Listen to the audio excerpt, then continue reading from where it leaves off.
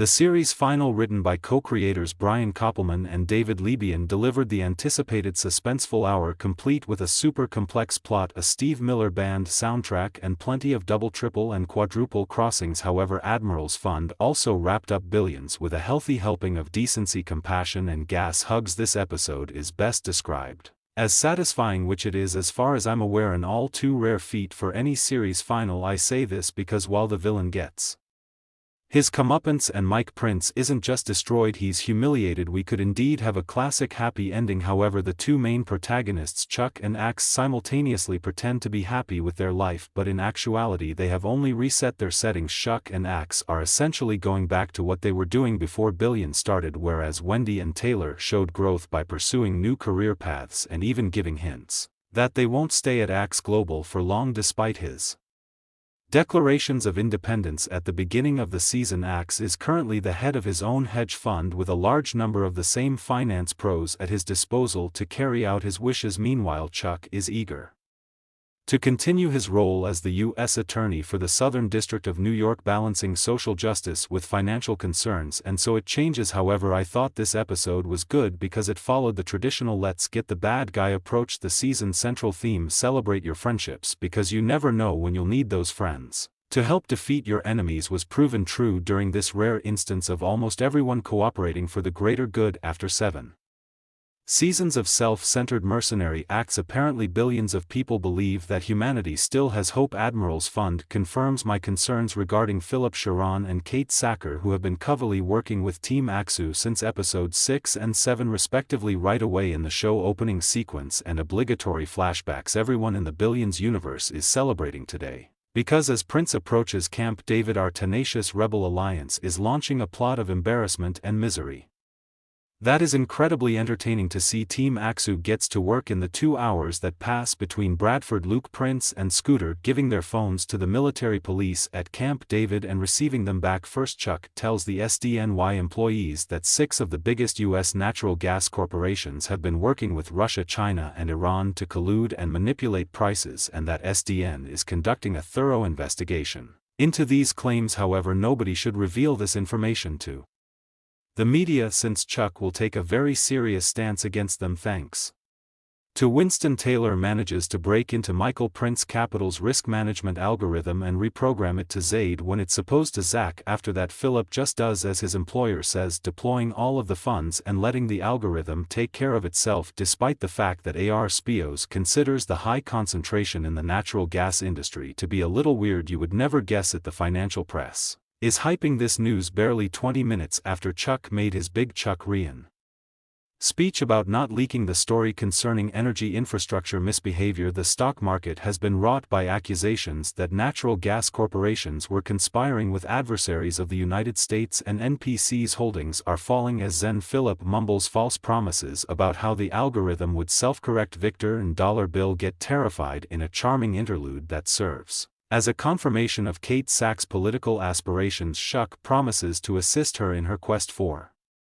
congressional office during the quiet period before the storm. All Kate has to do is go back to SDNY and give up the Contra gowns. But hey, Chuck swears this time not to micromanage, as if it wasn't heartwarming enough. Kate also learns the value of friendship. She chose to be a friend rather than turn Brian Connor into an enemy by following the advice of her former colleague. Connery received financial assistance from Chuck and Kate's backing to get his legal license reissued 7 years ahead of schedule. However, don't expect him to leave his Archie position just yet. However, we still have some unfinished sabotage, so there's no time for a lengthy old school billionaires reunion. All hell breaks loose when Prince and co receive their phones back. NPC's portfolio holdings are completely depleted and have been liquidated. Prince has been locked out of his own account, thus this is definitely not a hack. It's time to leave the president alone and return to New York. We witness additional heartfelt farewells as T, however, responds exquisitely, giving Prince the reprimand he deserved 45 years before. Yes, we are just warming up. Axe, Taylor, Kate, Wags, and the whole NPC team not only saw Prince lose it, but so did Governor Nancy Dunn. Hugh Nelson Munch chuckle. Prince pitifully tries to minimize the damage, but it's obvious from the governor's obvious amicability for AXS that my predictions from last week were accurate. Yes, she had always been a part of Team AXA. The scene cuts to Governor Duna and AXA's meeting at Rouse 4 days earlier when the exchanges that were opportunistically omitted from last week's episode are shown just as I had intended after Prince revealed his real autocratic tendencies at the Owl. She gave Axe the assurance that she could never join Prince's ticket. Additionally, Axe assures her that if she follows through on his plan, Prince would never become president. All she had to do was pose his Prince's VEP in order for Axe and Chuck to perform their Prince to pop her magic. Governor Dunlop is once again running for president, and she's bringing her supporters with her. Sorry Mike. Bradford L., who is among the few players not on TX, is another example of how the domino effect keeps happening. Chuck quickly heads out the door as Prince hysterically exclaims, "I'm still a viable candidate." Bradford, however, is correct. Mike. Prince's platform is as solid as a house of cards if he is no longer a self-made billionaire. 1057 A.M. 1027 SL 2023 till YouTuber. We witness additional heartfelt farewells as the tension rises between Chuck and Dave Motter, the latter of whom is also involved in the Mike Prince takedown and won. And Taylor, the SEC was prevented from allowing Prince or Scooter to halt or reverse any of the trades that MPC made that day, thanks in large part to the efforts of the Attorney General in New York State. However, there isn't a scene that could be more enjoyable than watching Michael Thomas Aquinas as Prince get brutally destroyed in front of an open plan office unbranded We Play BAC.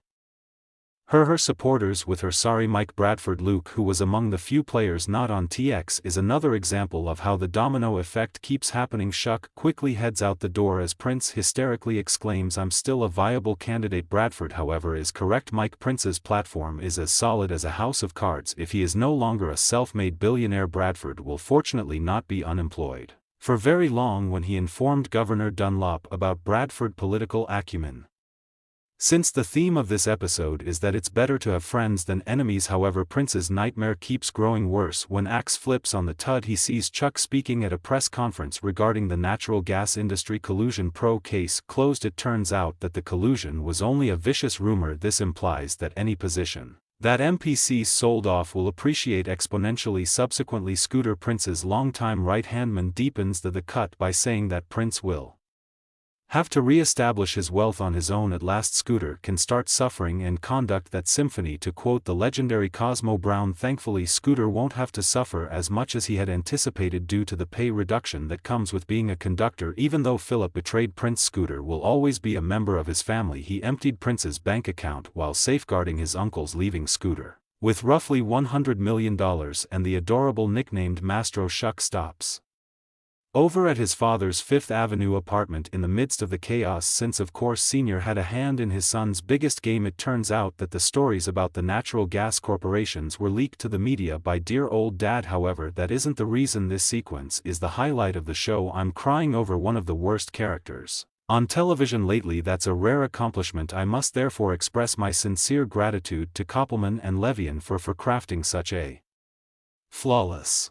It's fortunate that Prince left the building at the time he did, because he wasn't particularly interested in staying for Axe's magnum office. Axe made sure that everyone on his staff amassed ABD wealth while Prince's billions were being taken away. As it turns out, Axe's mantra from last week's show, "Like it no love it," was a yawn, because he felt that simply making Prince a pauper was enough. However, that would be a project he could really get his teeth into if he could accomplish that while making Victor a dollar bill. Tuck Law then Kim and the rest of his devoted staff extremely wealthy through stowing money away in a covered fund called the Admiral's Fund. If the scene in Admiral's Fund with Chuck and Senior as the finest, then Chuck and A's farewell is a very close second. In addition to being absurd, it's also sincere and deeply felt. Jokes about aging exist. Mutual respect is being discussed. There's a parallel with blind faith. They both realize they probably.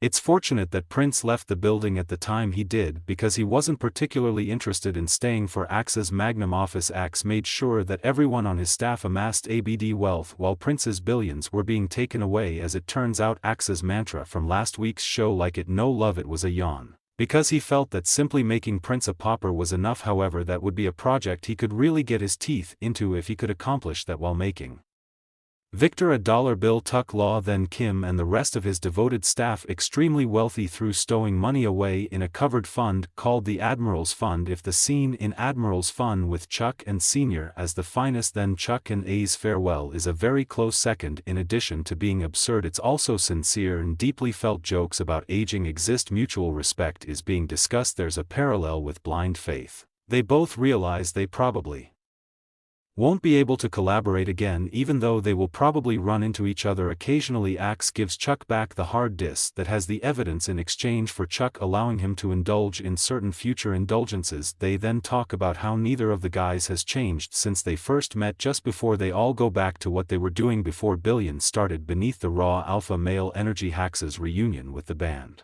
has a melancholic undertone even as he takes back his old office and gives his team orders to make some money. Was it Axe who went away, worked on himself and adopted a new perspective just to return and repeat the same actions over and over again? Why is he eager to travel and explore new things, maybe down in Miami? Is that possibly a sign of future spin-offs? However, Axe Global will differ from Axe Capital, and that two key players in the former success are going it alone. With Axe Global, Wendy and Taylor receive the hard sell from Axe, but neither of them is persuaded. The fact that this Axe lets Wendy and Taylor lead with grace is the only solace. He goes so far as to offer Taylor the former Axe Global office for a cherry. One final present is waiting for them when they get to the deserted location, a sign that reads the Taylor Mason Foundation and has the well-known T emblem. Wendy is staying on as CEO of Mental because she views it as a fresh challenge, something she was never able to obtain at Axe Global, where they essentially wanted her to return and resume her more than 2 decades of employment in the same capacity. Nonetheless, something between Axe and Wendy is at least possible, something healthy, something unrelated to the workplace. After 7 seasons, Billions finally realized that work doesn't have to take up all of your time. Nothing could capture that feeling more vividly than our previous glimpse of Chuck and Wendy. At last, both of them, well, Wendy at least, feel content with their life. As a result, they are able to have a family.